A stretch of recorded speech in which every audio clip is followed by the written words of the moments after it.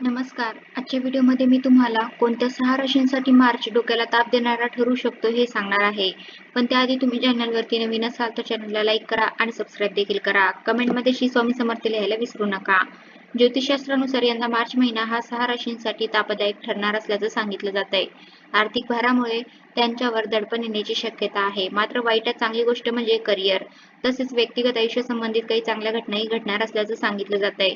या 6 राशींमध्ये तुमच्याही राशीचा समावेश आहे का? चला जाणून घेऊया. 2 मार्च पासून शुक्र मीन राशीत पूर्वगामी होणार आहे आणि प्रतिगामी होऊन शुक्र 6 राशींच्या लोकांना संपत्ती, प्रेमजीवन आणि वैवाहिक जीवनाच्या बाबतीत अडचणी निर्माण करणार असल्याचं सांगितलं जाते. शुक्र धन, विलास, प्रणय आणि आकर्षणाचा कारक आहे. शुक्राच्या उलट्या हालचालीचा आर्थिक परिस्थिती, प्रेम इत्यादींवर नकारात्मक प्रभाव पडतो. तो प्रभाव कोणत्या राशीवर पडणार आहे? तर सर्वात पहिली रास आहे वृषभ रास. वृषभ राशीच्या लोकांसाठी शुक्राचा पूर्वगामी प्रभाव त्रासदायक असू शकतो. मात्र वृषभ आणि कुंभ राशीच्या लोकांसाठी हा काळ करिअरमध्ये मोठा लाभही देऊ शकतो.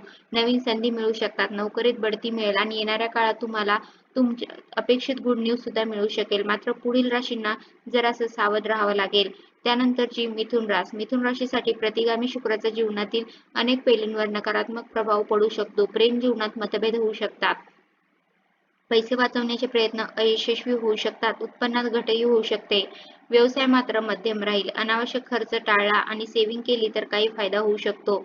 त्यासाठी पैसे पुढे कामी येतील. त्यानंतरची रास आहे कर्क रास. कर्क राशीसाठी शुक्र पूर्वगामी असल्यामुळे या राशीच्या लोकांचे बजेट थोडे बिघडू शकेल. आजारपणावर पाण्यासारखा खर्च होऊ शकतो. कामाच्या ठिकाणी वरिष्ठांशी भांडणही होऊ शकतात. त्यामुळे सावधगिरी बाळगावी, संयम बाळगावा, धीर धरावा. आर्थिक संकट ओढावेल पण सबुरीनं त्यातून मार्गही काढता येऊ शकेल. त्यानंतरची रास आहे सिंह रास. सिंह राशीच्या लोकांसाठी हा काळ आव्हानात्मकच ठरू शकतो.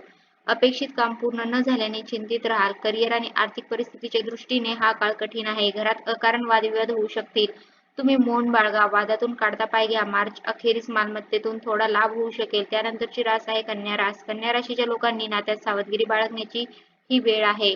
लव्ह लाईफ असो की वैवाहिक जीवन, मैत्री असो की कौटुंबिक नातं, त्यात कटुता येऊ शकेल. कामाचा ताण राहील, पैसा वाया जाऊ शकतो. सगळे निर्णय सांभाळून घ्यावे असा सल्ला दिला जातो.